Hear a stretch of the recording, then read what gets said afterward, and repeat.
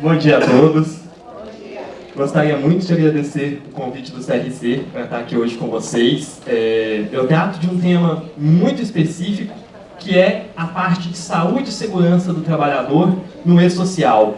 Infelizmente, eu não pude estar no painel amanhã, né? Então minha palestra foi antecipada para hoje. Agradeço muito a Márcia por isso, por essa boa vontade aí de ajustar os horários. Eu sei que é difícil. Infelizmente, eu já tinha me comprometido com outro evento em Belém, então não conseguiria estar aqui amanhã.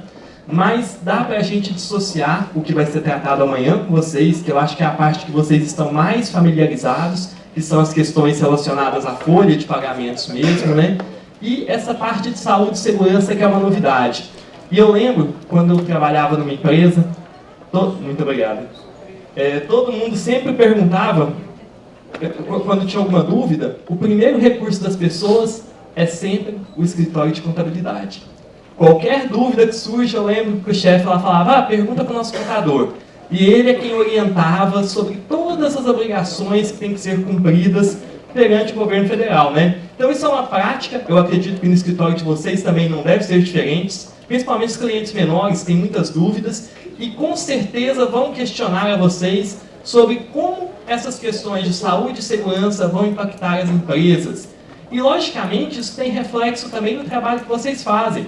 Muitas dessas informações que agora vão estar dentro do e-social vão ter batimento com a folha, vão ter batimento com os tributos a serem recolhidos, isso vai ficar mais transparente.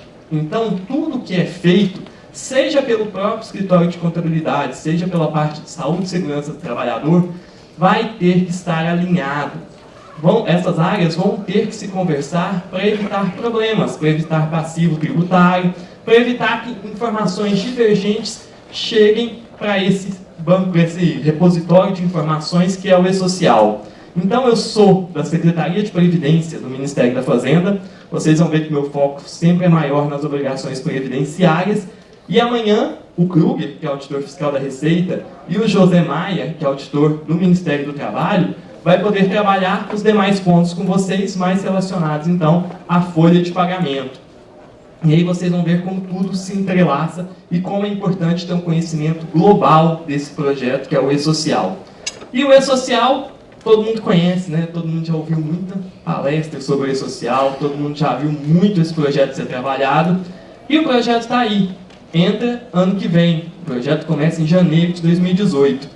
Aí quem já está mais aí estudando o e-social vai lembrar de um tal de faseamento que foi anunciado esses dias, né? O e-social vai entrar, mas vai entrar faseado. O que é isso? O e-social ele entra em janeiro de 2018, mas os eventos, a entrada dos eventos vai ser escalonada nos 6 primeiros meses.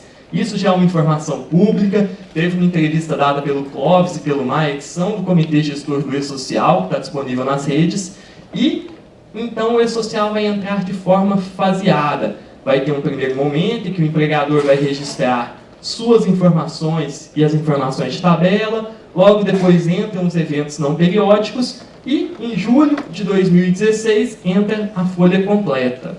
E esse faseamento, ele foi anunciado semana passada, é algo bem recente, e esse faseamento ele vai trazer impacto direto também nessa parte de saúde e segurança que eu vou mostrar para vocês. Então, só para fazer essa atualização sobre o faseamento ele não é um adiamento do projeto, como muitos tentaram dizer, o e-social ele entra em janeiro de 2018.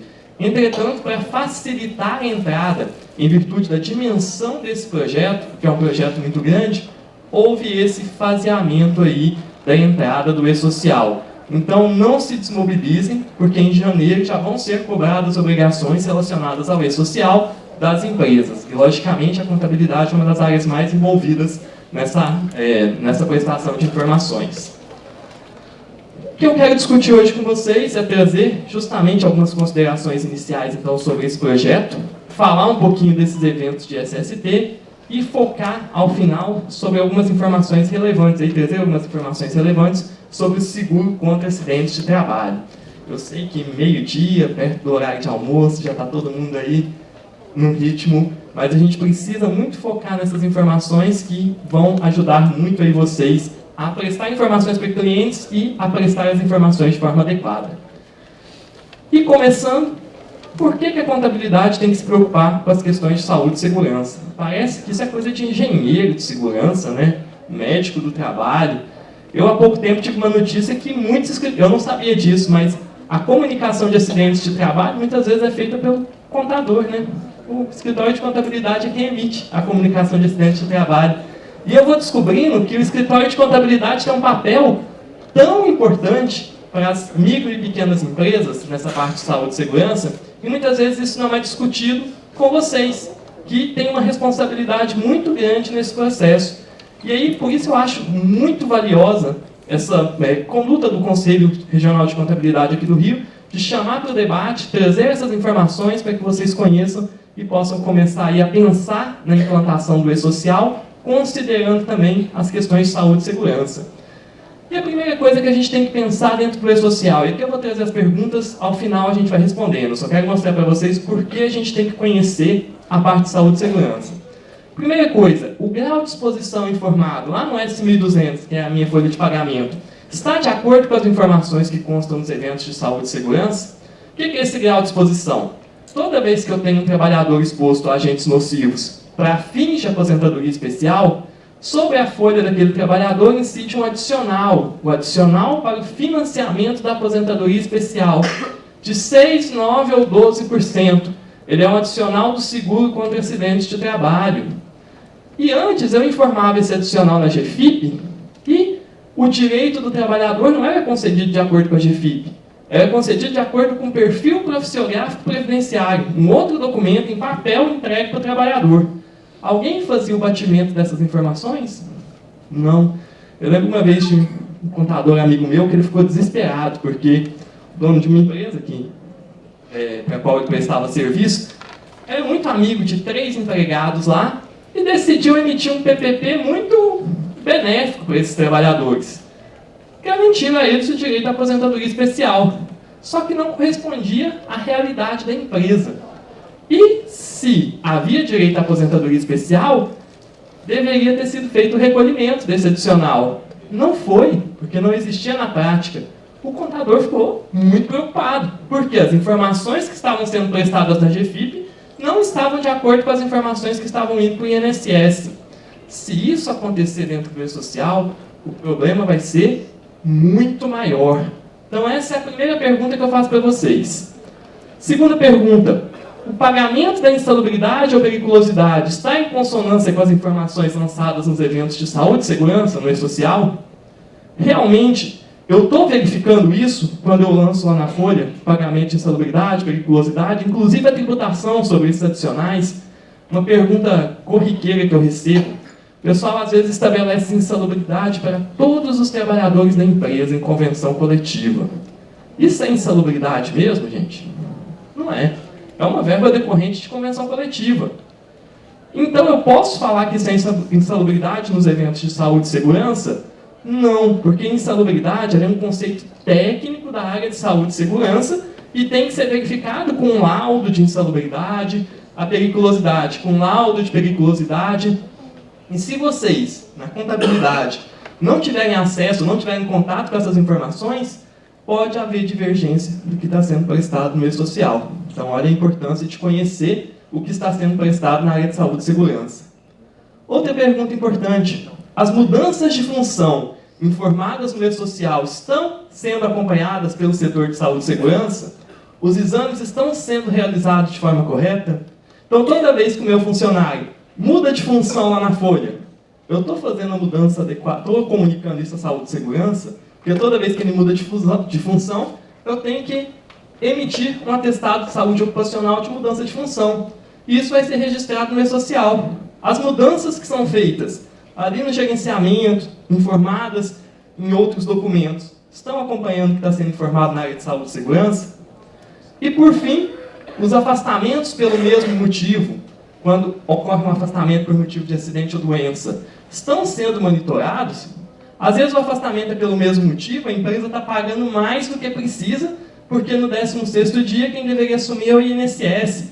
E quando o afastamento é pelo mesmo motivo dentro do período de 60 dias, eu somo os afastamentos para saber qual é o 16º dia. Será que a empresa está levando esse prejuízo? Será que esse acompanhamento está sendo feito? Será que ela está sendo bem orientada nesse sentido? São algumas perguntas que a gente só vai conseguir responder conhecendo o que de saúde e segurança está sendo exigido no E-Social. Então é isso que a gente vai começar a partir de agora. Entender um pouquinho dessas informações de saúde e segurança. Logicamente, meu intuito não é aprofundar na parte técnica dessas informações, mas para que vocês conheçam o que está sendo pedido e consigam fazer o batimento correto do que está sendo informado nos demais eventos do E-Social com aquilo que está sendo prestado nos eventos de saúde e segurança. E não se esqueçam, quem não começou ainda a se estruturar para o E-Social, principalmente a conhecer o projeto e a cuidar das informações de saúde e segurança, já estamos aí com um tempo apertado. Porque, como eu disse, o E-Social começa em 1º de janeiro de 2018. Vai haver um faseamento dessas informações, como eu disse. Então, vai ser escalonado durante todo o primeiro semestre, vão entrando algumas informações, mas não quer dizer que vai ser adiado, vai começar em 1º de janeiro de 2018. Amanhã o colega Maia vai trabalhar muito detalhadamente com vocês essa questão de faseamento, mas as grandes empresas, aquelas com faturamento acima de 78 milhões, vão entrar em janeiro de 2018.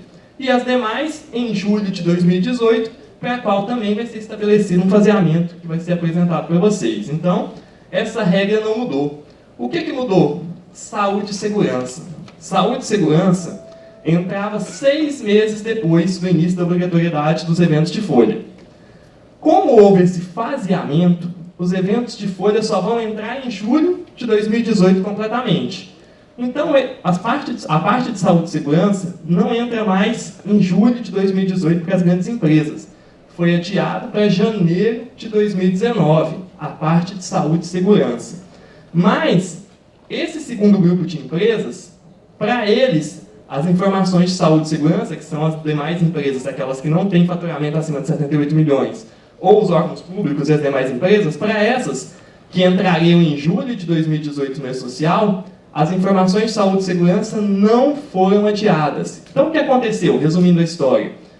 Informações de saúde e segurança entram no E-Social em janeiro de 2019 para todas as empresas. Então, todas as empresas vão ser obrigadas às informações de saúde e segurança em janeiro de 2019. Foi essa mudança que teve na nossa parte de saúde e segurança. E o faseamento? O faseamento, eu não vou entrar em detalhes sobre ele. Eu sei que é uma curiosidade, e até para amanhã todo mundo se divertir com a palestra do Maia, né? Não vou entrar nesses detalhes todos, mas o mais importante é que vocês saibam que não é adiamento, e sim um faseamento da entrada das informações no E-Social. Hoje a gente está trabalhando no E-Social com o layout da versão 2.4. Quando a gente olha o layout, a gente assusta, né? Parece que não é uma coisa feita para uma pessoa ler, sim um computador, né? São informações muito técnicas que estão ali.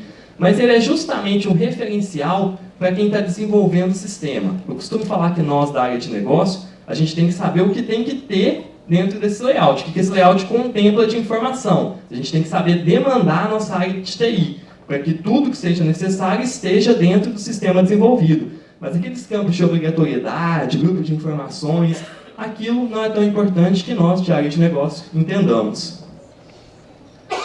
E eu vou explicar então para vocês rapidamente, e aí sem entrar nos detalhes técnicos, quais são os eventos de saúde e segurança. O que no E-Social vai entrar 6 meses depois. Então aquilo que na verdade agora é 1 ano depois, né, que vai ser em janeiro de 2019.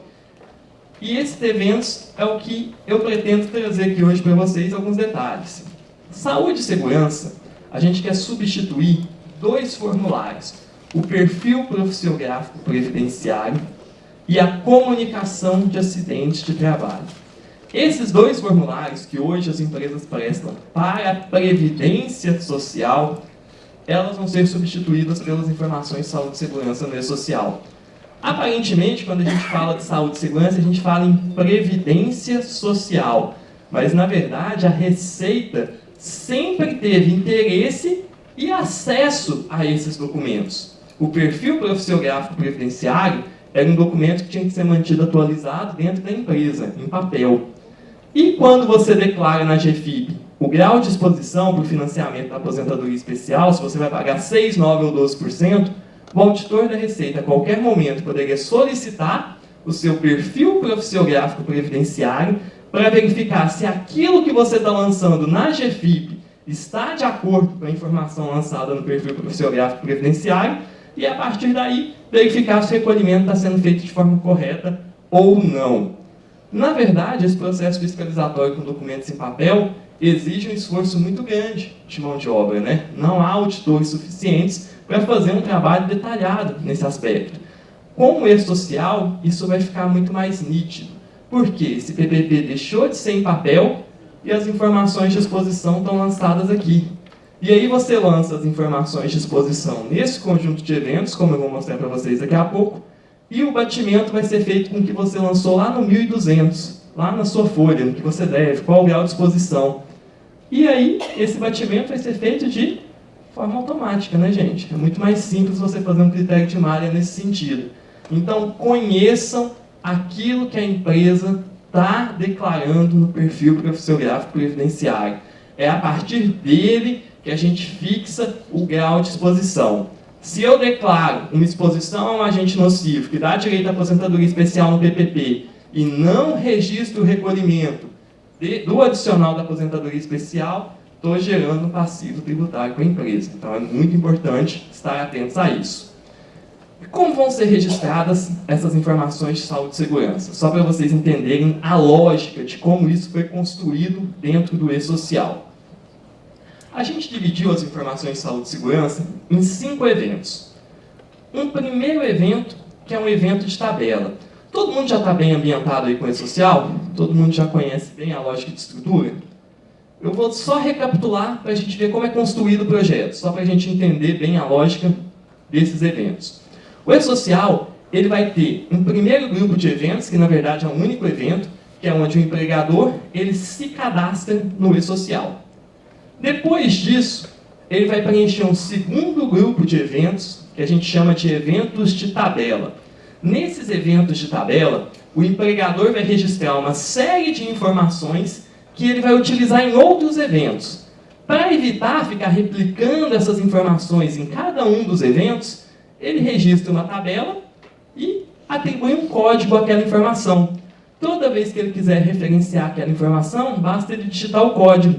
Por exemplo, a gente vai ter uma tabela de rubricas, a gente vai ter uma tabela de lotações tributárias e a gente vai ter também uma tabela de ambientes de trabalho. Essa é uma tabela de saúde e segurança, que é a tabela S1060, onde eu vou cadastrar os ambientes de trabalho. Para quem? Para todas as empresas. Todas as empresas vão ter que cadastrar os seus ambientes de trabalho. Eu tenho certeza que muitas empresas menores vão recorrer a vocês para entender por quê, como fazer isso. Eu já vi alguns escritórios que estão fazendo parceria com algumas empresas de saúde e segurança, porque isso vai ser uma demanda que vai chegar para vocês com bastante frequência a partir de agora. Antes essas informações eram negligenciadas, agora o descumprimento delas vai ficar mais visível.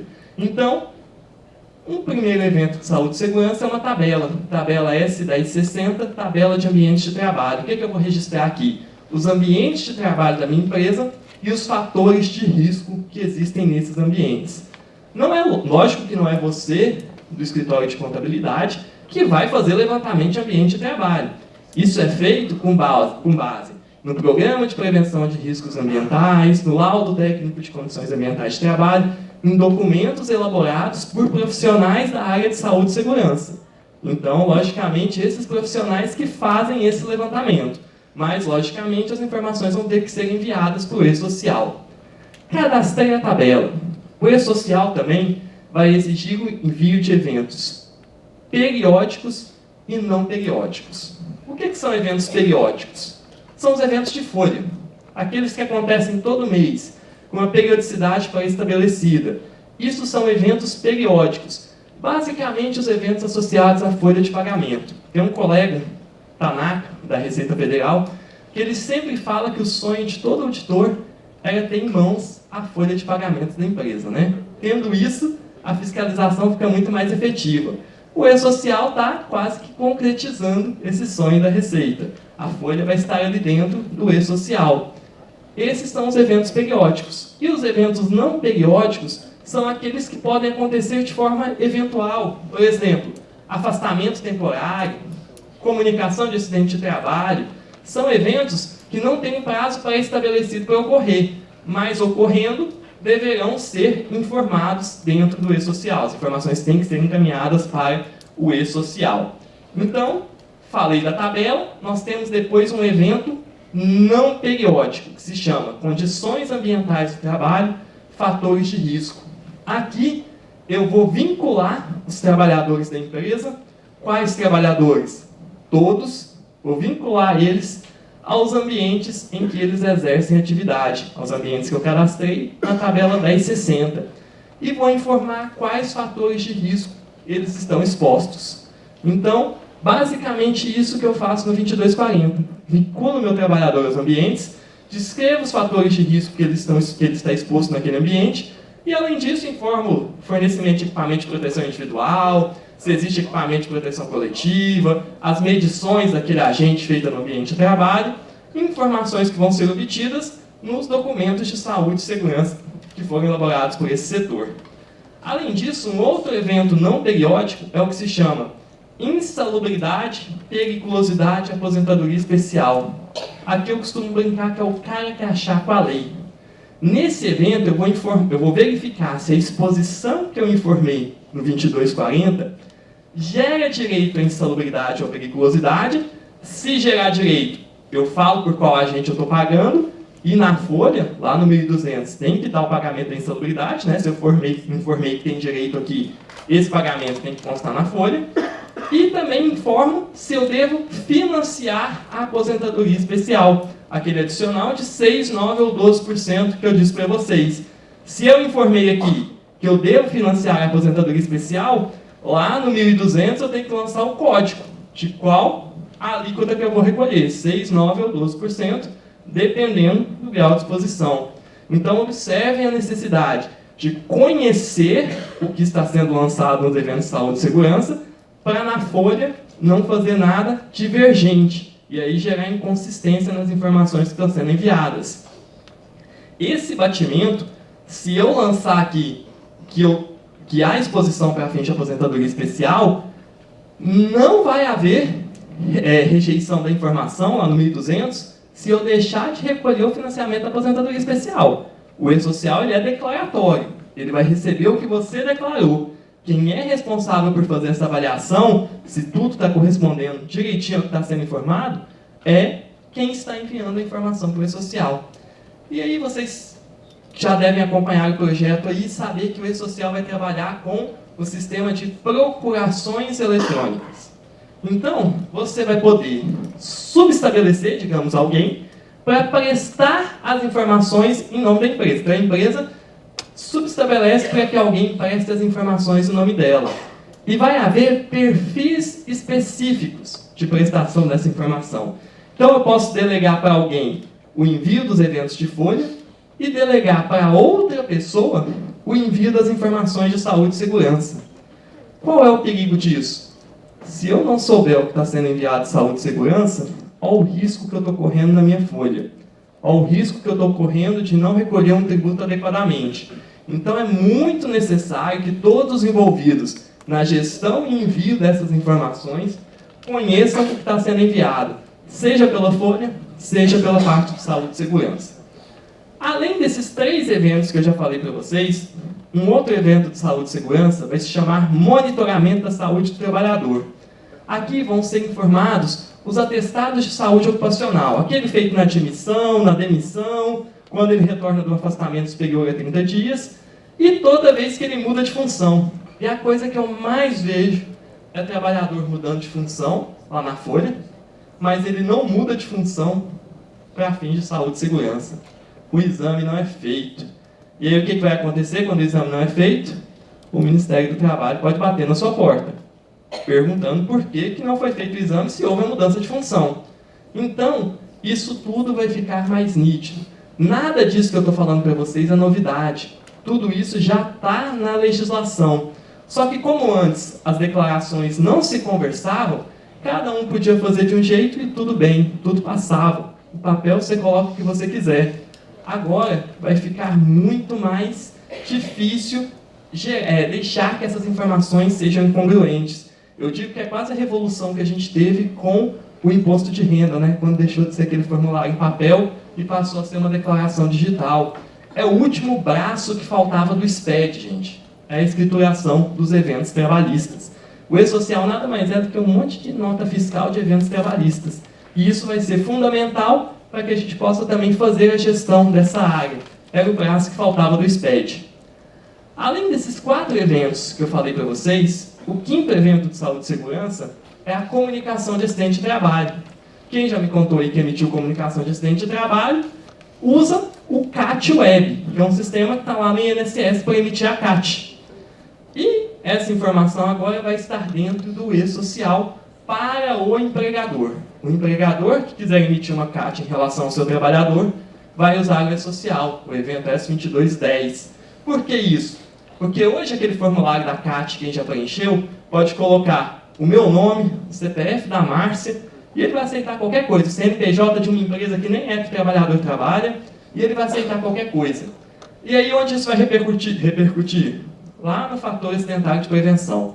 Na hora do cálculo do fator acidentário de prevenção, essa informação vai se constar para a sua empresa e muitas vezes consta de forma equivocada. Se eu lanço o CNPJ de uma empresa errada, vai constar no CNPJ daquela empresa que eu lancei lá. A empresa vai ter que contestar, a Previdência vai ter que analisar esse recurso. Olha o custo dessa informação que tem um vício formal. Ó, a estrutura que ela fez movimentar por um erro na escrituração da informação. Então agora, isso tudo vai ter validações formais e vai facilitar o registro consistente da informação. Então, comunicação de acidente de trabalho agora está dentro do e-social no evento S2210. E aí, existe um 6º evento, que muita gente aí questiona sobre ele, mas ele não é um evento de saúde e segurança. Os eventos que vão entrar em janeiro de 2019 são esses 5 aqui em verde. O evento em vermelhinho no meio, que se chama afastamentos temporários, esse evento ele entra junto com os eventos não periódicos dentro do faseamento. Então entra junto com o primeiro bloco de eventos. E esse evento aqui ele registra informações, por exemplo, como férias. Por isso que ele não é da área de saúde e segurança exclusivo. Mas ele registra uma informação muito importante para a área de saúde e segurança, que são os afastamentos por motivo de acidente e doença relacionados ou não ao trabalho. Isso vai ser registrado no 2230, que não é um evento exclusivo de saúde e segurança. Esses afastamentos aqui são fundamentais para que o INSS consiga iniciar o pagamento do benefício no dia correto, que é o 16º dia. Então, essas são as informações relevantes para a área de saúde e segurança. Deu para a gente ver, então, que a gente vai ter que estar atento a isso, né? Ao que está sendo informado nesses eventos aqui. O e-social tem mais de 30 eventos. Saúde e segurança é uma parte do e-social. São esses 5 e uma pequena partezinha ali dentro do 2230. Então estejam atentos, se planejem. Quando estiverem planejando o envio das informações para o e-social, lembrem que existe a parte de saúde e segurança e que a folha não pode estar em descompasso com aquilo que está sendo registrado nos eventos de saúde e segurança. Só rememorando aí, obrigações de saúde e segurança que vão ser substituídas. Perfil profissiográfico previdenciário utilizado para análise do direito à aposentadoria especial e a comunicação de acidente de trabalho, a CAT, que é utilizada aí no cálculo do fator acidentário de prevenção. Não mudamos nada na legislação sobre esses temas, gente. A legislação continua a mesma. Eu trouxe a título exemplificativo aqui alguns artigos, mas a legislação continua a mesma. E sempre que vocês pensarem no e-social, lembrem-se que o e-social ele não altera a legislação. O e-social não vem para mudar as obrigações que existem. A gente brinca que a gente não atravessou ali o eixo monumental em Brasília, né? A gente não saiu do executivo para o legislativo. Quem muda a lei é o legislativo. E nem nos regulamentos internos a gente está mexendo. A gente está apenas mudando a forma de prestar as informações, de fazer as declarações. O e-social não altera a legislação sobre os temas que estão sendo ali declarados. Algumas coisas tinham previsão para quando a declaração fosse em forma de escrituração digital, por exemplo, o PPP. Hoje ele é em papel e ele vai passar a ser digital. E aí ele vai ter o acréscimo de algumas informações que a legislação já previa para quando ele fosse digital. Não é inovação do e-social. Então, quem já faz tudo certinho, quem tem as rotinas estabelecidas, os processos bem estabelecidos dentro da empresa, vai ser muito mais fácil prestar as informações. Mas o que o e-social está trazendo, em muitos casos, é a necessidade de revisar processos. A gente precisa verificar se os nossos processos estão adequados e, caso não estejam, adequar. A gente fazer a revisão dos nossos processos. E isso exige muita força. O e-social, ele é a declaração. O que é importante para que tudo esteja certo é a gestão que está sendo feita dentro da empresa e a partir aí das informações prestadas, inclusive por vocês. Então é muito importante revisar esses processos de prestação de informação. Lembrando que o perfil profissiográfico previdenciário, então, vai ser composto por todos os eventos de saúde e segurança, não tem um evento específico chamado perfil profissiográfico previdenciário. Se a empresa falar assim, preencha o evento aí do perfil profissiográfico previdenciário, ele não existe. Vai ter que ser toda aquela gestão da saúde e segurança que eu mostrei para vocês dentro dos eventos de saúde e segurança. Já a comunicação de acidente de trabalho, essa sim tem um evento específico, que é o evento S2210, que vai se chamar Comunicação contra Acidentes de Trabalho. E é muito importante, tão importante quanto a gente saber o que é substituído pelo e-social, é saber o que não é substituído pelo e-social. Muita gente vai perguntar assim, mas o e-social então substitui tudo na área de saúde e segurança? Não. Resposta para essa pergunta é simples. O e-social substitui o perfil profissiográfico previdenciário e a comunicação de acidentes de trabalho. Todas essas outras obrigações aqui, que o pessoal vai perguntar para vocês, programa de prevenção de riscos ambientais, programa de controle médico e saúde ocupacional, laudo técnico de condições ambientais de trabalho, atestado de saúde ocupacional, nada disso é substituído pelo e-social. O que é substituído? O que a empresa vai deixar de ter em papel dentro da empresa e vai passar a registrar no e-social? PPP e CAT. Só isso. E, para a gente entender, então, bem o fluxo de registro dessas informações, é importante a gente entender o e-social como um todo, o e-social como um projeto. O e-social nada mais é do que contar a história do trabalhador, registrar os eventos que acontecem na vida do trabalhador em um determinado vínculo com uma empresa. Então, a história do trabalhador no e-social vai começar com o cadastramento inicial do vínculo dele ou com a admissão dele. Cadastramento inicial do vínculo é para aqueles que já estavam admitidos e vão ter que ser cadastrados no e-social quando o projeto for obrigatório. E a admissão é para aqueles que foram admitidos após o e-social. Isso tudo é registrado no evento S2200. E a história do trabalhador termina com o desligamento dele daquela empresa, daquele CNPJ específico. Dentro desse período entre a admissão e a demissão, várias coisas vão acontecer com esse trabalhador. E várias informações que precisarão ser registradas. Ele vai tirar férias? Eu vou ter que registrar. Ele vai receber salário? Eu tenho que registrar. E alguma dessas informações passíveis de registro são importantes para a área de saúde e segurança, como a comunicação de acidentes de trabalho, que se feita de forma incorreta pode gerar aí problemas para a empresa, seja na majoração ou na sonegação de informação por cálculo do FAP. Os afastamentos temporários também deverão ser registrados. E, além disso, tem uma parte muito específica, que é o reconhecimento dos fatores de risco e o monitoramento biológico. Essas informações são feitas da forma que eu disse para vocês. Cadastro os ambientes de trabalho da empresa e os fatores de risco associados a esse ambiente, vinculo o meu trabalhador aos ambientes que eu cadastrei para a empresa, depois verifico se essa exposição que eu informei para cada trabalhador gera direito à insalubridade, periculosidade ou à exposição para fins de aposentadoria especial, e, além disso, durante todo o vínculo de trabalho, eu faço um monitoramento da saúde do trabalhador para o evento S2220. Entendemos a lógica de construção das informações de saúde e segurança. Se for perguntado alguma coisa para vocês, vai ser basicamente respondido com essa lógica de construção. Então, para mim, o importante é que vocês saiam daqui entendendo quais são os eventos, quais as obrigações substituídas, como elas foram substituídas, de que forma foi estruturada esse dentro do E social, e que é muito relevante que vocês façam o batimento do que está sendo prestado nos eventos de SST com aquilo que está sendo declarado em relação à folha de pagamento. Feito isso, a vida de vocês vai ficar mais fácil. Vocês evitam a existência de qualquer passivo aí para a empresa. Mas existe uma informação que eu gostaria de registrar aqui para vocês, porque, como em regra é o escritório de contabilidade que preenche a GFIP, essas informações vocês tinham que prestar na GFIP, que é a informação de afastamento temporário, dos códigos O e P, né? Essas informações eram prestadas mesmo que o trabalhador ficasse apenas um dia afastado. Um dia de afastamento, eu tinha que informar na GFIP que o trabalhador ficou afastado um dia naquele mês. Isso é a regra estabelecida até então. Um dia de trabalho, que eu fico afastado por motivo de acidente ou doença, registro na GFIP. Praticamente ninguém fazia isso. Pelo menos no que a gente já viu, é um volume muito grande de informações.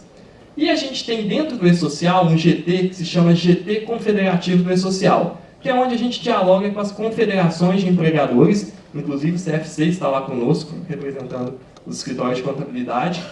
E nesse diálogo eles trouxeram uma informação para a gente, de que 80% dos atestados são de 1 ou 2 dias e não são relacionados ao trabalho.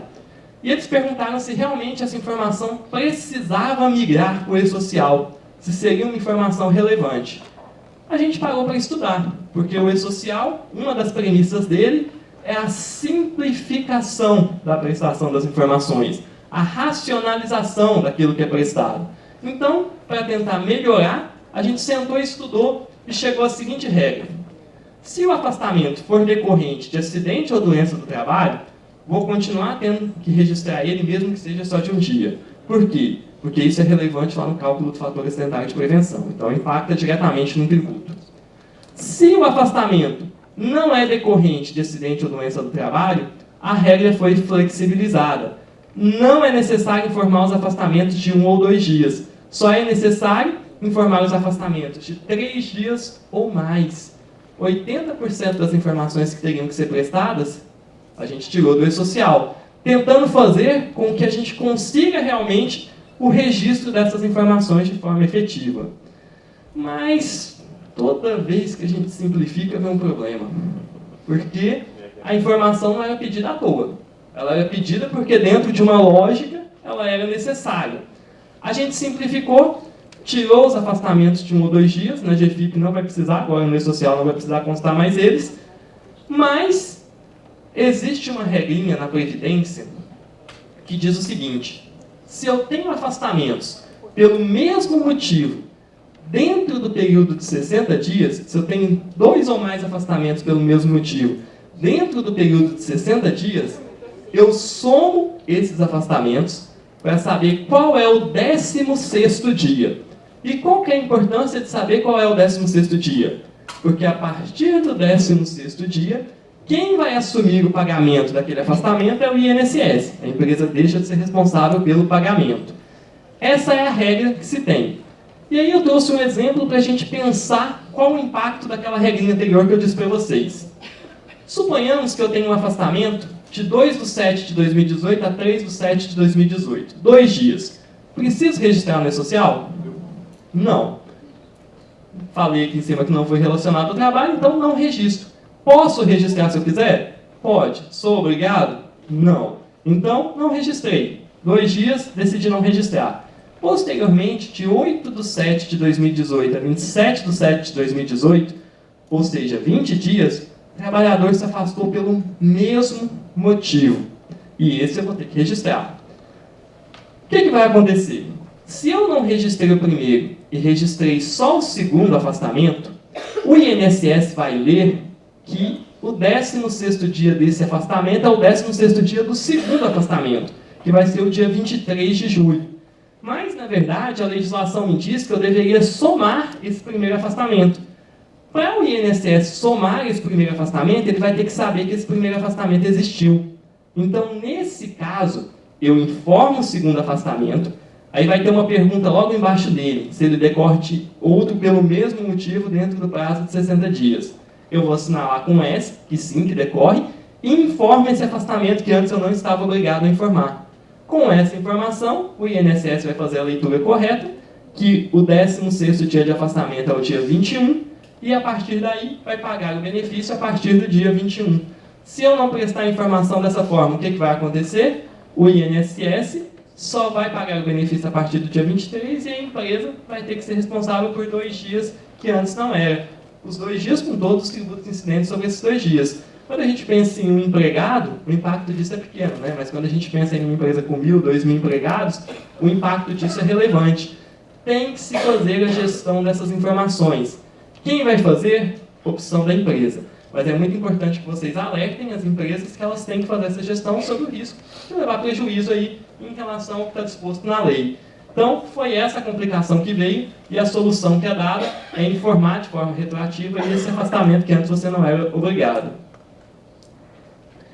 E só para a gente entender um pouquinho do E-Social, porque hoje vocês podem, com a GFIP, retificar, alterar, excluir, mas quando você retifica uma GFIP, o que acontece?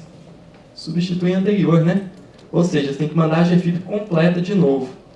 Com o E-Social, isso vai ficar mais simples. Você vai retificar aquela informação pontual daquele trabalhador, você não precisa mudar todo o documento. Você vai naquele vínculo específico que precisou fazer uma correção. E o E-Social vai permitir que você faça 3 tipos, que você realize 3 tipos de conduta. A primeira é retificar. E retificar é corrigir algo que estava errado desde o início. Eu informei que eu contratei o Orion pagando a ele R$1.000. Mas, na verdade, eu contratei ele pagando 1.200. Eu esqueci, eu digitei errado. Ou para ficar mais fácil aí ver o erro, eu contratei pagando 10.000. Comi um zero aí no final, ficou 1.000 lá. Se eu vou corrigir isso no E-Social, eu vou retificar, porque eu quero que a nova informação que eu prestei produza efeitos desde o início. Então, isso é retificar, é corrigir algo que estava errado desde o início e o efeito jurídico dessa correção é desde o início da prestação da informação. Outra conduta que o E-Social vai permitir é alterar. Alterar já é um pouquinho diferente. A gente altera aquilo que era válido até um determinado momento, mas depois mudou. Eu contratei o Orion ganhando R$1.000 e em julho subiu o salário dele para 1.500. Isso é uma alteração salarial. Então, eu vou alterar, mudar uma informação que era correta até o momento e depois modifiquei ela para que ela produza efeitos dali para frente com outro valor ou com outra informação. Isso é alteração. Além disso, o E-Social vai permitir excluir eventos, excluir informações. Eu falei que eu contratei o Orion, mas na verdade eu contratei a Márcia. Peguei o currículo errado, me passaram a informação errada. Na verdade, quem vai trabalhar amanhã na minha empresa é a Márcia, não é o Orion. Então, se eu tinha enviado uma admissão do Orion, eu posso excluir essa admissão. Ou seja, pedir que a informação deixe de ter efeitos jurídicos. Logicamente, isso vai continuar registrado lá no banco do E-Social, mas a empresa declarou que aquilo ali não deve produzir efeitos jurídicos. É isso que é feito no procedimento de exclusão. Essas 3 condutas são possíveis em todas as informações de saúde e segurança. Então, eu verifiquei que nos eventos de saúde e segurança estava sendo informado uma exposição a um agente nocivo que gerava aposentadoria especial. Mais do 1.200, eu não fiz a correta indicação do recolhimento a ser feito. E aí não recolhi os 6, 9 ou 12%. Nesse caso, o que eu vou fazer? Retificar para fazer o recolhimento que eu não havia feito. Logicamente, a retificação pode gerar efeitos jurídicos, como pagamento de juros, correção monetária, multa, vai depender da obrigação que está sendo retificada. Mas essas 3 condutas são possíveis. E só para lembrar, isso aqui vocês trabalham mais no dia a dia, seguro contra acidentes de trabalho. O E-Social muda alguma coisa no seguro contra acidentes de trabalho? Não muda nada. Como eu disse, a legislação continua a mesma. O seguro contra acidente de trabalho, vocês vão lembrar dele por essas 3 alíquotas aqui, ó. Primeiro grau de incidência de incapacidade laborativa decorrente dos riscos ambientais do trabalho, RAT, o famoso RAT. O RAT ele é de 1, 2 ou 3%, a depender do ramo de atividade da empresa. Todo mundo já sabe que eu olho isso por estabelecimento, não é por CNPJ completo, como já foi em outros tempos. Você olha por estabelecimento empresarial, atividade preponderante, e fixa o RAT a ser recolhido. Ele é por ramo de atividade. Depois disso, eu vou multiplicar esse RAT pelo fator acidentário de prevenção, FAP. O FAP ele é o individualizador de acordo com o desempenho da empresa, em relação à frequência, gravidade e custo dos acidentes de trabalho. Em síntese, quem acidenta muito vai pagar mais, pode pagar até 100% mais de seguro contra acidente de trabalho. Quem acidenta menos, é o melhor no ramo de atividade, vai pagar menos, vai pagar metade do que pagaria de seguro contra acidente de trabalho. Então é para estimular as empresas a investirem em saúde e segurança. O FAP também atualmente é calculado por estabelecimento. Foi uma alteração aí de 2015, né? E hoje é calculado por estabelecimento também. Vocês estão vendo a importância de que a empresa esteja com o CNAE preponderante atualizado? Uma coisa que acontece muito, por exemplo, o CNAE preponderante que eu informo não está cadastrado como CNAE secundário lá no cartão CNPJ. E aí, qual o problema que isso vai dar? Que a gente está tendo de problema com isso, porque tem que estar no cartão CNPJ como CNAE secundário para eu cadastrar como CNAE preponderante aqui. Quem faz isso? Ninguém. O batimento agora está mais simples, né, gente? Então, vamos atualizar os nossos cadastros. Mas, voltando ao fator acidentário de prevenção... Pois não? Já está chegando autos de infração do FAP. Está chegando autos de infração do FAP. Porque você, por um momento, não colocou... Só um minutinho. Luciane, principalmente quando você tem CNPJ múltiplo. Porque na preponderante, muitas vezes você está prestando atividade. O que tem ocorrido muito, Leon? Principalmente com os CNPJs múltiplos, né, Luciane? Você vem com empresas que têm 5, 6 CNAEs, né? E em um dado momento, você, por uma opção tributária, muitas vezes, e quando a gente faz planejamento financeiro, a gente tem que ter esse estudo mais amplo, né? Então a gente acaba fazendo um outro retrato.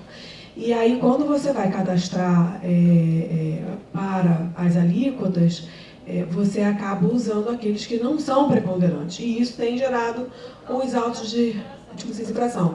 E aí essa era até uma das primeiras perguntas que a gente já tinha pontuado aqui para quando a gente começasse a mediação, porque muito embora a gente tenha o faseamento começando em janeiro, a gente entra com os dados da empresa em janeiro de 18 no primeiro evento. E esse é o momento onde eu tenho que cadastrar corretamente para que as alíquotas venham na sequência sendo puxadas. Porque é uma forma de a gente tentar evitar que esses autos prossigam quando o E-Social estiver rodando completamente. Hoje a gente tem uma dificuldade muito grande até de a gente fazer a fiscalização compreender isso. Porque eles têm uma visão um pouco mais, assim, eu não vou dizer limitada, mas um pouco mais restrita em relação a como ocorre essa dinâmica de dia a dia, né? E a gente fica muito preocupado com isso. Então, assim, se você pudesse aclarear um pouco mais para o nosso público, porque, no fundo, a gente vai ter que ter essa preocupação a partir de janeiro de 2018. Porque se você faz cadastro errado ali, quando daqui a um ano, quando eles começarem a imputar as informações de PPP, eles vão ter problema invariavelmente, né? Perfeito. Essas informações hoje, elas realmente têm tido uma dificuldade na forma de registro delas. Por quê? No cartão CNPJ, o que você vai cadastrar?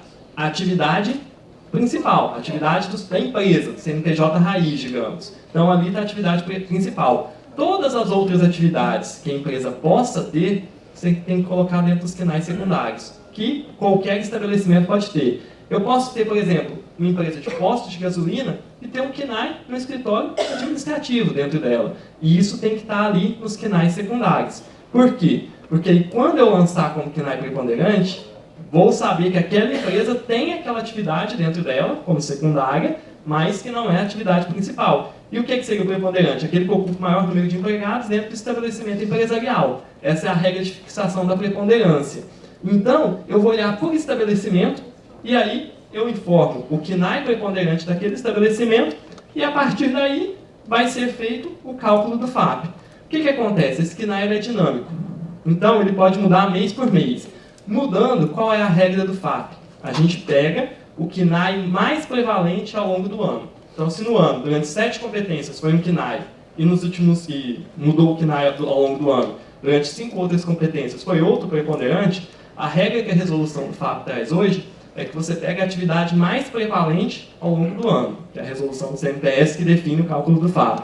Então, hoje é feito dessa forma. O cálculo do FAP, a gente realiza isso.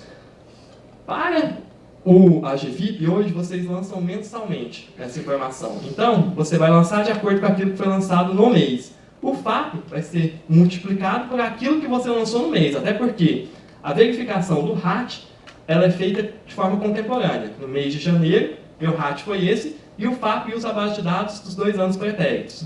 Então, nesse caso aqui, você vai lançar seu RAT normalmente, e aí você lança o RAT com 1, 2 ou 3% de acordo com a atividade preponderante verificada no estabelecimento, e o FAP vai ser aquele calculado para a vigência, por exemplo, agora, 2017, que foi calculado com base nos 2 anos anteriores, sendo que, para o cálculo do FAP, a gente considera, para efeitos de comparação, o KNAI mais prevalente durante o período base de cálculo. Então, essa é a regra que a gente tem usado. Não sei se eu respondi a sua pergunta. Acho que respondeu, mas eu acho que ainda pode ficar dúvida. Por quê? Hoje, e aí eu vou pedir a ajuda inestimável de todos vocês que estão na ponta que operam o sistema muito mais do que eu, né, porque eu, vocês vêm com a dúvida, eu respondo, né, mas vocês estão ali, como se diz, no dia a dia. Existe uma preocupação grande no seguinte sentido, né? A gente tem o KNAI preponderante e a atividade preponderante, que foi o que você separou muito bem. E ela é flutuante, né? No E-Social, quer dizer, hoje os DPs vêm manualmente e à medida que o cliente também informa, porque o cliente também tem que ir prestando essa informação coletivamente de onde vem o faturamento maior dele naquele dado momento, porque acaba sendo o binômio funcionário e faturamento, né? E a gente acaba tendo um outro fator paralelo a isso. Muitas vezes os funcionários podem estar enquadrados no que seria uma classificação móvel, quer dizer, ele poderia estar encaixado em mais de uma atividade econômica daquela ali, do CNPJ, isso é muito comum acontecer. E aí existe, hoje a gente faz tudo isso manual, então o DP faz uma análise completa, tem que falar com o departamento fiscal, tem que falar com o departamento contábil, para ele coletar essas informações e fazer o enquadramento. Estou falando alguma coisa errada, gente, me corrija se eu tiver. No E-Social, existe a preocupação de como isso vai flutuar no mês a mês, porque como eu passo a ter todas essas informações unificadas, no mundo ideal seria que o próprio sistema já mapeasse isso e já trouxesse as alíquotas para a gente, porque isso acaba trazendo uma segurança jurídica muito maior, não só para a empresa, mas para o profissional contábil principalmente e para o próprio governo, que sabe que aquela alíquota que está ali é a alíquota que é do que o sistema está mapeando, né? Perfeito. O E-Social não vai adotar esse procedimento de fazer o mapeamento. Por quê? O E-Social, ele tem a natureza de declaração. Então, quem vai declarar o que quiser declarar é a empresa. Inclusive por esses casos dúbios. Por exemplo, o caso do empregado que transita entre duas atividades. Quem vai definir qual é a atividade prevalente dele para fins de verificação do KNAI preponderante do estabelecimento? É a empresa.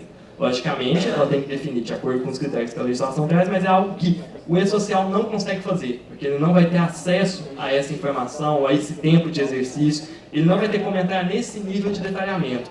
Então, a definição vai continuar sendo feita como é hoje, manualmente pela empresa. Logicamente, ela tem que registrar a conclusão dela no E-Social, mas o E-Social ela só declara A gente brinca que o E-Social não faz análise nenhuma. Você põe um monte de pacotinho fechado dentro do E-Social, quem vai fazer a análise é a malha fina da Receita, é a malha fina do Ministério do Trabalho, é o INSS. Então não muda a natureza de registro. Ele vai continuar sendo declaratório. Quer registrar errado? O E-Social não vai fazer nenhum filtro. O que vai fazer depois o filtro é a malha fina. Lembrando que, no caso de totalização, cálculo, aí sim o E-Social vai fazer o cálculo ao final dos tributos devidos de acordo com o que você informou, não de acordo com o que a Receita entende. A Receita pode entender que a incidência num caso existe, você entender que não. Se você informar que não existe, por aquela rubrica, o E-Social não vai calcular a incidência sobre ela. Mas ele vai totalizar porque hoje a gente tem mais de 2 bilhões de reais por ano, foi isso dado de 2012, por erro de cálculo. A gente deixou de arrecadar 2 bilhões por erro de cálculo, matemática. Não é nem a pessoa lançou as incidências certinho, tudo na hora de totalizar, errou o cálculo. E isso deu, em 2012, uma diferença de 2 bilhões de reais em relação àquilo que foi fiscalizado. O Maia até deve falar isso amanhã para vocês, que ele conhece o dado com mais propriedade que eu, mas aí por isso o E-Social optou por fazer a conta, vai fazer a matemática. Agora, logicamente, quem vai falar das incidências ou não é a empresa. Então, em relação à preponderância, isso tudo vai continuar sendo feito como é hoje. O E-Social não vai mudar essa regra. Infelizmente, tudo que a gente conseguisse fazer para melhor, para tentar criar mais segurança jurídica, seria melhor.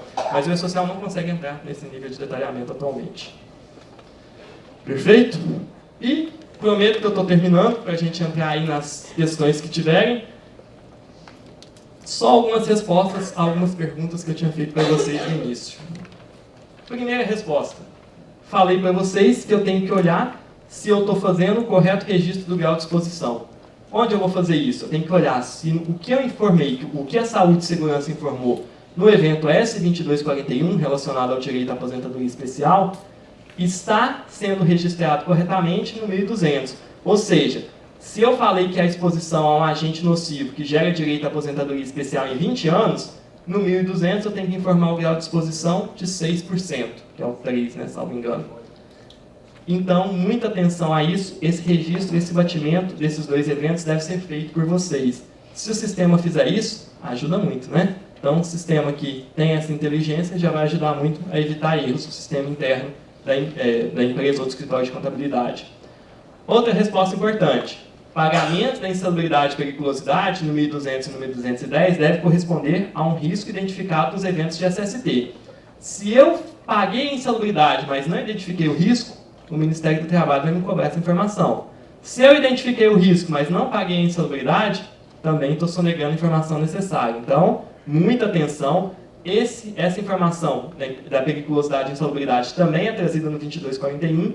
Tem que verificar se ele está adequado ao 1200 e ao 1210. Outra resposta importante. As mudanças de função devem ser acompanhadas pelo setor de saúde e segurança. Se eu ficar mudando o meu trabalhador de função na folha, na carteira, seja onde for, e não fizer os atestados de saúde ocupacional de mudança de função, eu posso estar gerando um problema para a empresa. Então, tem que comunicar. Mudou de função, saúde e segurança tem que ficar sabendo. Não é novo isso, gente. Isso está na legislação, é só o adequado cumprimento daquilo que está na legislação. Feitas essas respostas, reitero, não estamos mudando a legislação. O que está se criando e se dando mais luz à legislação já existente. Qual que é o problema que surge?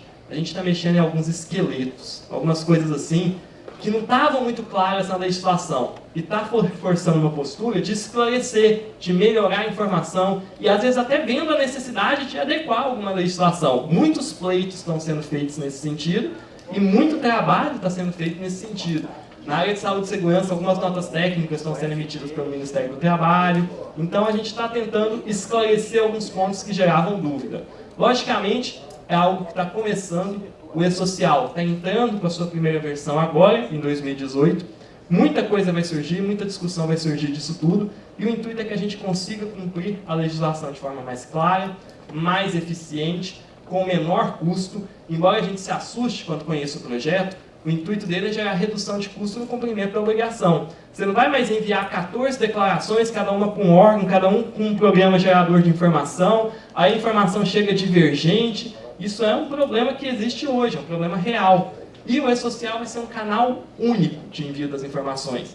Todas as informações vão ser enviadas para um canal único, para um repositório único, e cada ente, cada órgão envolvido aqui é que vai buscar nesse repositório as informações que precisa para o cumprimento das suas obrigações, das suas atribuições legais. Por exemplo, o que a gente espera é facilitar, por exemplo, a concessão das aposentadorias. Se a informação estiver correta dentro do INSS, uma aposentadoria é concedida muito rápido. Quando que a aposentadoria demora a ser concedida? Quando a gente tem que analisar a consistência de cadastro, incluir vínculo, analisar período de determinado vínculo que não constava no CNIS. Agora isso tudo vai ficar registrado de forma muito mais efetiva. Então é muito importante que a gente veja esse processo do E-Social como algo benéfico, algo que vai simplificar, racionalizar, e se estiver saindo disso, puxem as nossas orelhas, porque o nosso papel é simplificar e racionalizar. A gente sempre tem resistência ao que é novo, mas conhecendo, a gente vai ver que ele simplifica muito. E eu falo que a primeira experiência do E-Social, que foi com o empregador doméstico, assustou um pouco a gente, né? Porque saiu uma lei que trouxe uma série de obrigações novas, uma série de obrigações diferentes, e o empregador doméstico ia ter que trabalhar mais ou menos como uma empresa. Fazer GFIP, fazer RAIS, ia ficar impossível, ia ficar inviável. Para tentar resolver esse problema, criou-se a declaração única, utilizando um projeto que existia dentro do governo federal, que era o E-Social. E aí a gente teve 4 meses para desenvolver o sistema dos domésticos que vocês usaram no início. Logicamente, deu problema. Mas quem usa hoje, vê que está muito melhor do que estava no início. Hoje ele responde ao propósito para o qual foi criado. E isso vai facilitar, vai melhorando cada vez mais. E seria impossível, a gente tem que pensar, com essa nova legislação, seria impossível para o empregador doméstico cumprir aquelas obrigações sem o E-Social. Então o intuito é sempre facilitar e racionalizar. Vocês são nossos fiscais nesse processo, vocês estão lá conversando com a gente no GT Confederativo. Não deixem se puxar na sua orelha se algo sair desse rumo, certo? Mas o projeto vem para esse sentido. E se tiverem qualquer dúvida, eu brinco que eu não sou pai de santo, mas em 7 dias eu respondo o e-mail aí que chega na minha caixa. Logicamente, eu respondo e-mails de saúde e segurança, porque eu não entendo muito das outras partes do E-Social, não é meu foco de trabalho específico, eu trabalho com a parte de saúde e segurança, mas teria o maior prazer em reencaminhar para qualquer um dos colegas aí que possa responder a dúvida. Amanhã vocês vão estar com o Maia, com o Samuel Kruger, como eu conheço bem a palestra dos dois, tentei evitar ao máximo tratar de qualquer tema que eles vão tratar com vocês também, para que fique interessante, que vocês possam aproveitar bastante esse tempo para discutir o E-Social. Fico à disposição para qualquer dúvida. Mais uma vez eu agradeço muito a atenção de vocês, o convite do CRC, e sempre que precisarem eu estou à disposição, um projeto que eu sou apaixonado por ele, e contem comigo aí para o que for necessário para a gente implementar ele com sucesso. Obrigado.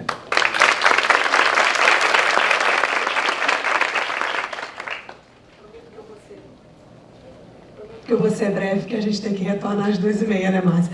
Mas eu acho que tem 3 pontos, Olhão, que eu acho que são os principais para os escritórios contábeis, principalmente nesse repasse de informação para o cliente. E é uma coisa que a gente vem batendo, né, Márcia? Desde 2015, quando o projeto começou, que é uma quebra, como se diz, de paradigma, que não é dentro só do escritório contábil, mas ele tem que começar no cliente, porque o cliente vai ter que entender que ele tem que mudar procedimento. O cliente tem que entender que ele tem que mudar postura. O cliente tem que entender que ele tem que começar a observar prazo. E que, como você falou muito bem, ninguém está inventando nada, já era prazo de lei. A gente tem uma CLT que remonta em 1940. Então, ninguém inventou a roda, né? A gente não está criando nada novo, é só começar a observar o que já estava em lei. Eu acho que tem 3 pontos, Orion, que é muito importante nesse aspecto, a gente alertar o empresário. E aí, eu queria que a gente reforçasse um pouco mais. A primeira é a CAT, que é um ponto muito sensível. A segunda são essas parametrizações iniciais, e a segunda é o PPP. Então, eu queria te perguntar uma coisa. Em relação à CAT especificamente. Em relação à CAT, eu vejo que a gente tem 2 pontos que são os mais sensíveis hoje. Primeiro, a gente sabe que em alguns segmentos os sindicatos têm por hábito emitir CAT. Né? E isso é um fator que a gente, quando analisa o E-Social agora, é uma coisa que preocupa. Então, a primeira O primeiro ponto que eu queria abordar com você é isso, como vocês vão enxergar a partir de janeiro de 2019 esse procedimento que muitas entidades sindicais têm de elas emitirem a CAT à revelia e sem nenhuma documentação do funcionário. E a segunda, que eu acho que você pode vir até nessa... não sei dizer no mesmo ponto, é com relação aos códigos de CID. A gente sabe que, por uma resolução dos Conselhos Federais, os médicos não são obrigados a colocar a CID quando emitem atestado. Mas a gente já tem uma experiência pretérita com a e-social doméstica que exige a CID para os afastamentos. E é uma coisa que a gente tem alertado muito o profissional contábil e os empresários, porque a postura em relação a exigir os atestados médicos vão ter que mudar, porque senão a gente não vai conseguir colocar o afastamento no sistema. Né? Se você pudesse dar uma... Com certeza, ótimos pontos, ótimos pontos. A CAT, a que vai migrar para o e-social, é a CAT emitida pelo empregador nesse primeiro momento. Quando a gente analisa o layout, a gente vê que os terceiros legitimados por lei também para emitir CAT, eles não são contemplados no layout, mas eles não vão enviar nesse primeiro momento. Por que motivo? Porque eles não se conseguiu uma solução tecnológica para criar consistência dentro do registro de eventos trabalhistas da informação que vem do empregador e da que vem de terceiro, porque exige como chave número de matrícula, uma série de informações que quem emite a CAT não vai ter. Então, terceiros vão utilizar a CAT Web, vão continuar usando a CAT Web como é feito hoje, e o empregador vai usar o e-social. Qual é o nosso intuito no futuro? Os empregadores nos cobram muito ter retorno das CATs emitidas por terceiro. O que eles trazem para a gente é que o problema não é o terceiro emitir a CAT, é o empregador não ficar sabendo para exercer seu direito ao contraditório e à ampla defesa. Então, quando a gente conseguir migrar todo mundo para o e-social, que em breve, a gente pretende trazer isso em breve, quando for emitida uma CAT no CNPJ do empregador, ele vai receber um retorno disso. E aí ele vai poder exercitar o seu direito ao contraditório em ampla defesa perante o órgão competente, que é o INSS. Então a informação vai chegar. Nesse primeiro momento, a gente ainda não conseguiu resolver, mas o layout já traz essa estrutura justamente para resolver esse problema. Um outro probleminha que a gente resolveu na CAT é o da iniciativa da CAT. Porque muitas vezes o empregador fala assim, olha, eu emiti a CAT, não concordo que houve um acidente, mas o juiz mandou eu emitir. O juiz proferiu uma sentença e mandou eu emitir a CAT. Eu não concordo, a CAT é um documento declaratório, eu comunico se eu acreditar que existiu um acidente. Para resolver esse problema, que era um problema que surgia com muita frequência, porque o próprio juiz poderia emitir a CAT, qualquer terceiro pode emitir a CAT entendendo que houve um acidente. Para resolver esse problema, a gente criou um campo dentro do formulário da CAT, perguntando por determinação de quem a CAT está sendo emitida, se é do próprio empregador, se é uma decisão judicial, se é um fiscal que determinou a emissão da CAT, então isso vai ser respondido. Não resolve o problema, mas pelo menos deixa registrado a declaração de forma correta, né? Então isso facilita um pouco. E a questão da CAT, então, para a gente resolver para os terceiros, o retorno que deve ser dado para a empresa, vai com certeza ser resolvido em espaço, a gente espera que curto. Já está previsto dentro do projeto, inclusive desenhado. É só a gente desenvolver desenvolver o sistema a esse ponto, mas o layout já está pronto para isso. E quanto à questão do CID, o CID foi uma polêmica muito grande que a gente teve durante o desenvolvimento do layout e do projeto do e-social. Para resolver o problema, a solução que foi dada. Quando é acidente de trabalho, a notificação é compulsória. O médico é obrigado a emitir com o CID. Se ele não emite, ele está descumprindo a legislação. Então, nesse caso, ele tem que emitir com a CID quando é acidente ou doença do trabalho. Se não for, aí não é obrigatório enviar o CID. Não vai ser obrigatório. O que a gente aconselha é, se o empregado autorizar, o CID pode ser informado. Então, que ele autorize o médico a divulgar o CID. Por quê? Porque isso vai facilitar o processo de concessão do benefício dentro do INSS. Se não informar, vai ser possível a empresa enviar a informação sem o CID, porque o Código de Ética Médica não exige que o médico preste essa informação. Na verdade, ele determina que seja resguardado o sigilo, né, do paciente. Então, nesse caso, não havendo CID, não sendo acidente ou doença do trabalho, pode deixar o campo em branco, não há problema.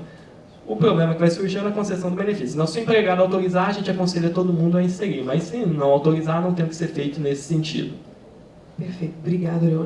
Então, assim, para a gente também ficou alerta de, em todas essas parametrizações de mudança que a gente está fazendo, é importante colocar para o cliente também essa conscientização, para que ele repasse para quem está na ponta, porque o funcionário também precisa entender que ele pode ser prejudicado, né, com relação a isso. O segundo ponto, Orion, é com relação a esse período que a gente vai ter entre o início de vigência, janeiro do ano que vem, e esse período aqui de faseamento. E aí são duas perguntas que eu queria te fazer.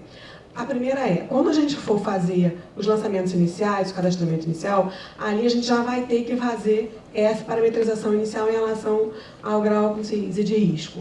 A gente vai fazê-la considerando os PPPs emitidos neste ano de 2016, ou é recomendável que a gente já peça que as empresas já gerem no início do ano PPPs novos relativos a 2017, para que a gente faça uma parametrização correta? Esse é o primeiro ponto. E segundo, voltando aos acidentes, que eu acho que é o ponto que acaba sendo mais sensível. A gente tem um ano entre início de tratamento de dados no sistema, as empresas todas operando, mas só em janeiro de 2019 a SST efetivamente funcionando. Acidentes que ocorram, os acidentes especificamente, que ocorram aqui neste período, nós já seremos obrigados a fazer o lançamento? Perfeito. Vou começar do final, então, e depois para a primeira pergunta. Os acidentes, enquanto não entrarem os eventos de saúde e segurança, os acidentes vão continuar sendo informados como são hoje, no CATWeb. Então, só se torna obrigatório informar os acidentes dentro do E-Social a partir de janeiro de 2019, a partir da entrada dos eventos, da obrigatoriedade dos eventos de saúde e segurança. Quanto às informações já utilizarem, qual PPP devem utilizar, eu aconselho que quem não tem atualizado, que faça uma atualização. Logicamente, se o PPP corresponde à atividade atual do empregado, não vai precisar emitir outro, mas que se verifique todos os documentos para verificar se a atualização está correta, se precisa de alguma atualização, porque isso vai facilitar o registro, já o desenvolvimento, repensar os processos de forma mais adequada. Logicamente, é um processo trabalhoso, então a gente tem que começar o quanto antes. Provavelmente isso vai ser feito ao longo de 2018, né, por muitas empresas, mas quando entrar o E-Social, aí o PPP vai morrer, aquele formulário em papel, e as informações dali para frente, até é importante dizer isso, o que está para trás registrado em papel, continua em papel. Não vai ter que refazer ou vai ter que transferir para o sistema, não. A informação é registrada no sistema de 2019 para frente, a partir do início das informações de SST para frente. No ano de 2018, você já tem que linkar as informações prestadas com o PPP. Provavelmente, a fiscalização vai continuar sendo feita da forma que é hoje, então fica um pouco prejudicada por estar o documento em papel, não ser fácil fazer a malha das informações. A partir de 2019, quem está fazendo errado vai ficar muito mais nítido, então vai correr um risco muito maior. Mas durante o ano de 2018, é importante que esteja alinhado, é fundamental, porque é o correto, é o que a legislação determina. Mas, logicamente, a migração dos dados só em 2019. Maravilha, Orion. Agradeço.